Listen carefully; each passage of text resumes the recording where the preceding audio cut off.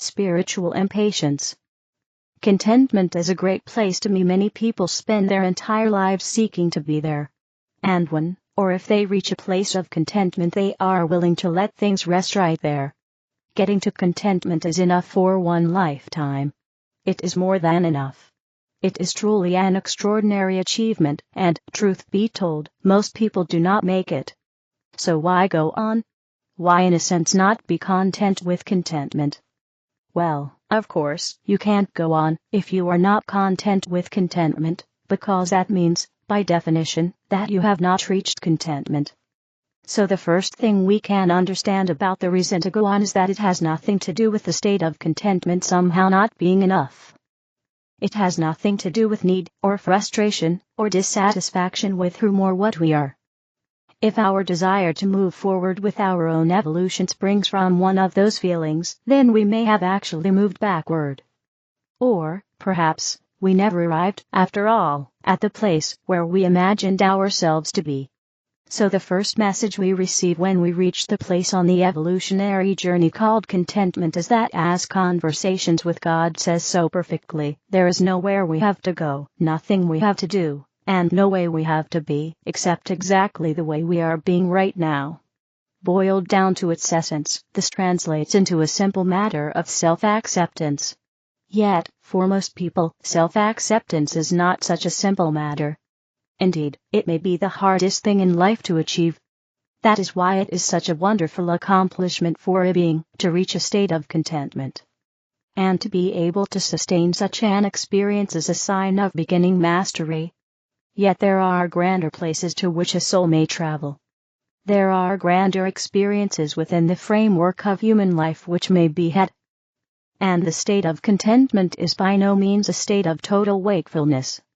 Or, to put it in other words, self-acceptance does not equal self-awareness.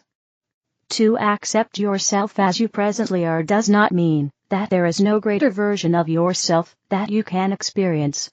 It simply means that you are satisfied with yourself and that you have no need to go further, no need to be more, no self-imposed or other imposed requirement to be somehow even better. It means that you have understood the ninth illusion of humans: superiority exists.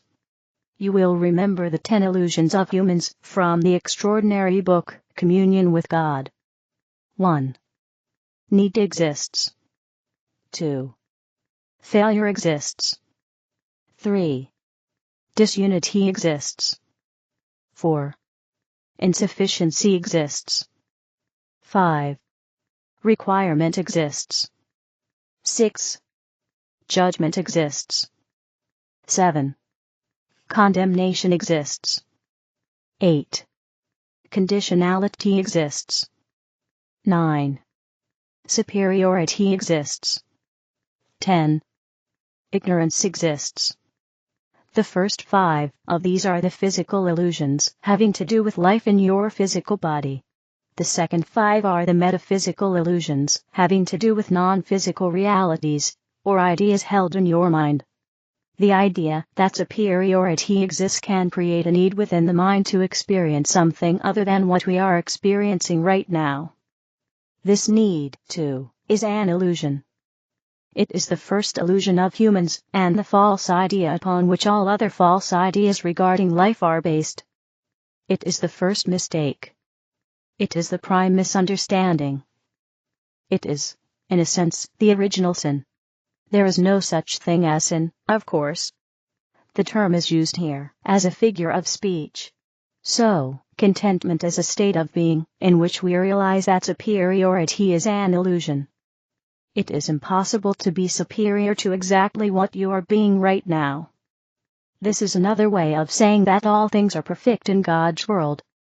God needs nothing to be any different than the way it is being right now. Why, then, bother to change? Why bother to change anything, much less our very selves? The reason to change. The reason to change is the same as the reason to do anything. Conversations with God tells us that there is only one reason to do anything at all: to announce and declare, become, and fulfill, express, and experience the next grandest version of the greatest vision ever we held about who we are. CWG puts this succinctly in the following phrase. Every act is an act of self-definition.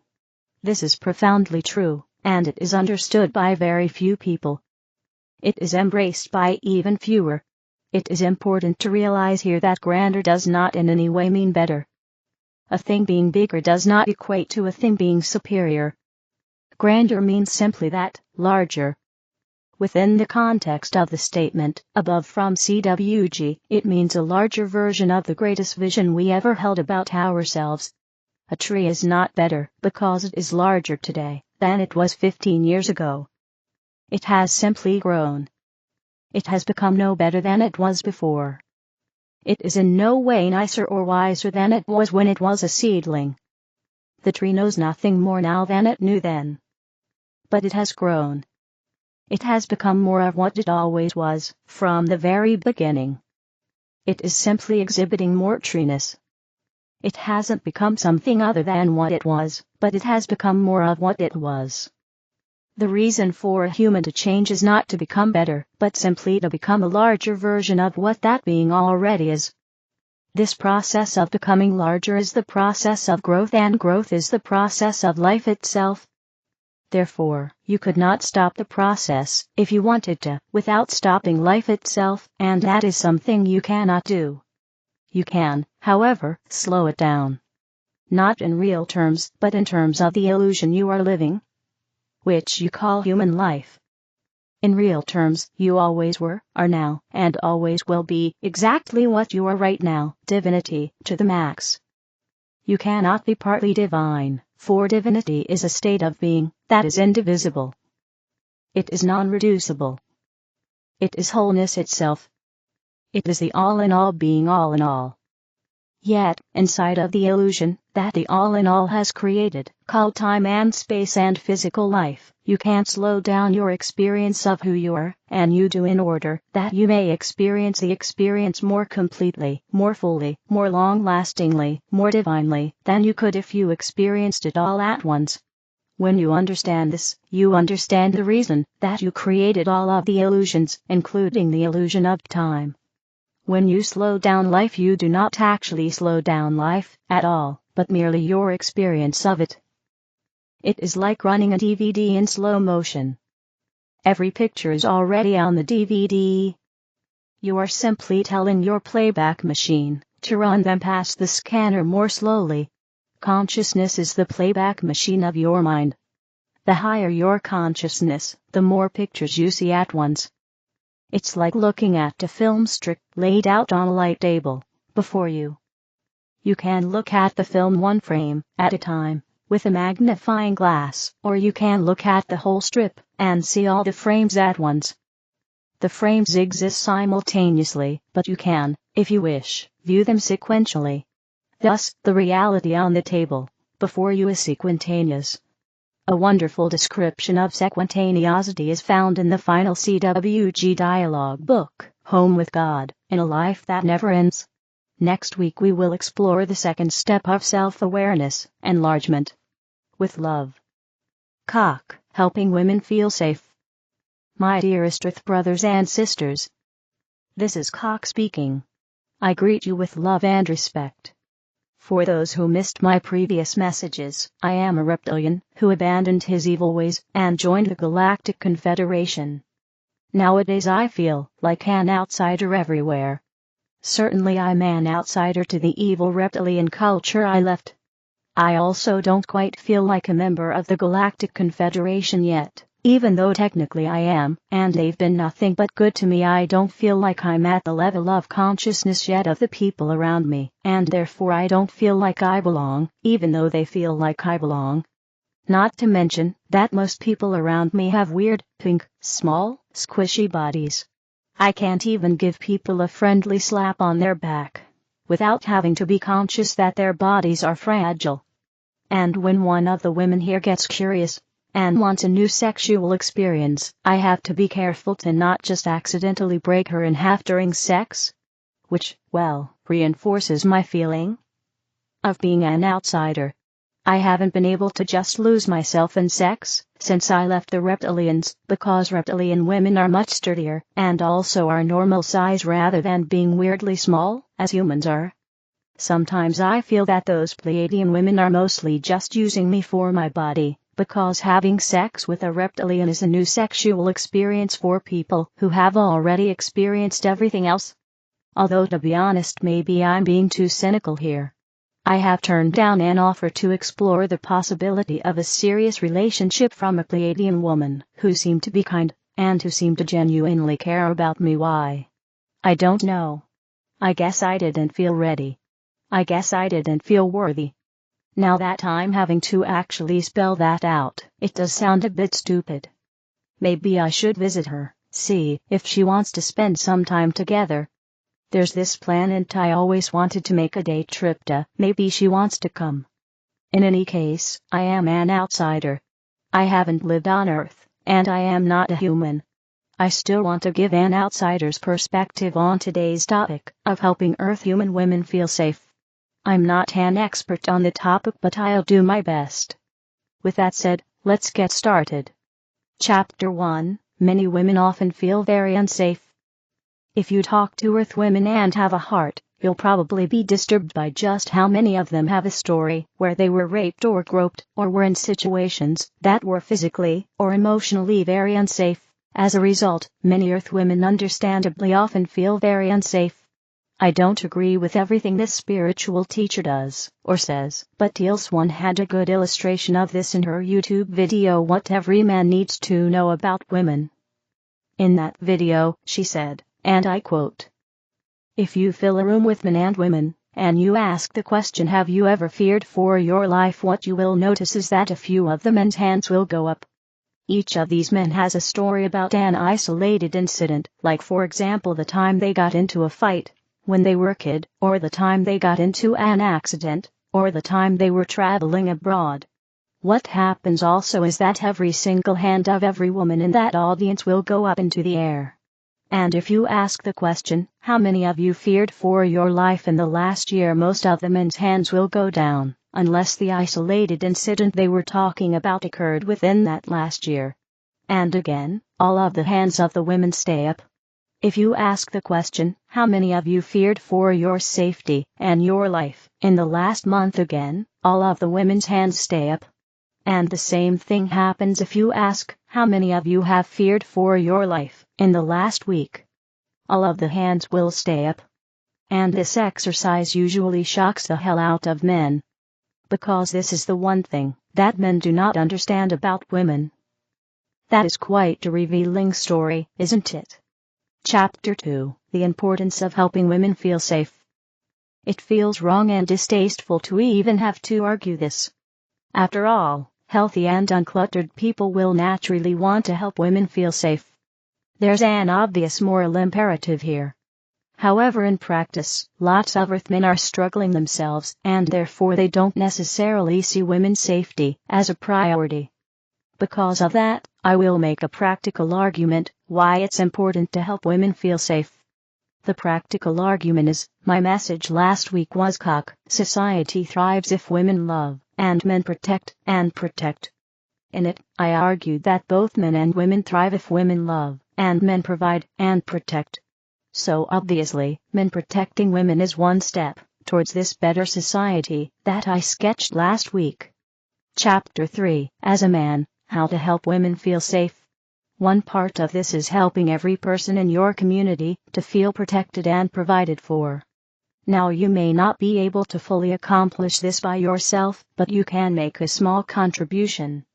I'm sure you can think of an intelligent way to make your local community better. Next up, let's say I see a man grope a woman, and I'm in an area where I don't trust the police to do a good job at all. Then I'll have a conversation with the groper about respect and consent.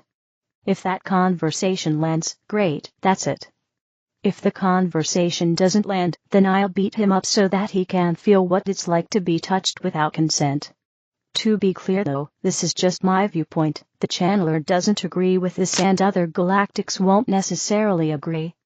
Regardless, I feel that men need to do a better job at making sure that other men don't mistreat women. This also extends to speaking up if other men say that they're planning to mistreat a woman. Or if, for example, they say that all women are awful. Now, I'm not saying you should censor the speech of someone who badmouths all women. I'm just suggesting that you disagree. And I'm also not saying that you must disagree if you hear someone make a politically incorrect statement, or a statement that some people including some women won't like, but that might nevertheless be true. I'm just suggesting to disagree with obviously untrue statements such as all women being bad. Next up, let's discuss helping your girlfriend or wife to feel safe. Now obviously the best thing to do is just to talk to her, because people are different. What she says is more important than anything I'll say. Regardless though, here are some things that personally go through my head when I'm thinking about helping a girlfriend or wife feel safe. Again, help with protecting and providing for her, without putting her in a cage, or taking away her freedom. Although of course it's fine to have personal boundaries and relationship agreements, if both of you agree to a monogamous relationship, then obviously that's not taking away her freedom. If that's the kind of relationship you'd want, take charge, make decisions, show initiative, organize fun things to do for you two together. While still listening to her, of course. Have a goal or goals that aren't centered around her. Ideally, be good enough at working with your own sexual energy that you're okay even if on a certain night you want to have sex, but she doesn't. There are tantric and yogic exercises that help here, such as Mula Bandha or Uddiyana Bandha. That said, if you regularly want sex, and she doesn't, and that's not a temporary situation, then you may just be incompatible. It's not shallow to want a healthy and fulfilling sex life, as either a man or a woman. Next up, keep your word. Do what you say. Be reliable. Just work for her benefit. If you can think of something to help her out, do so if you can, even if she doesn't explicitly ask, or if it's not explicitly your responsibility. Partners are supposed to be a team, after all. Personally, if I entered a relationship with someone who came from such an unsafe environment as Earth, I would offer to hand her a signed contract that said that if I ever intentionally lied to her, or cheated on her, or hit her, then she could demand any compensation from me that she wished whatsoever. And she could have police or courts legally enforce that. And, of course, I would regularly express how much I loved her, and all the things I appreciated about her and admired about her. So, this was my attempt at answering the question, how can men help women feel more safe? Finally, women, you're invited to share in the comment section what men can do to help you and other women feel more safe, whether societally or in the context of a relationship. Because of course, what you say on this topic is more important than what I say. And obviously, if you disagree with anything in this message, feel free to say that as well. Now excuse me, I have a lady on my mind that I want to go spend some time with. With love, cock. sorceryofflight.com. The other videos are in the English video playlist. Help me spread the light, click like, share, and subscribe to the channel. Thank you.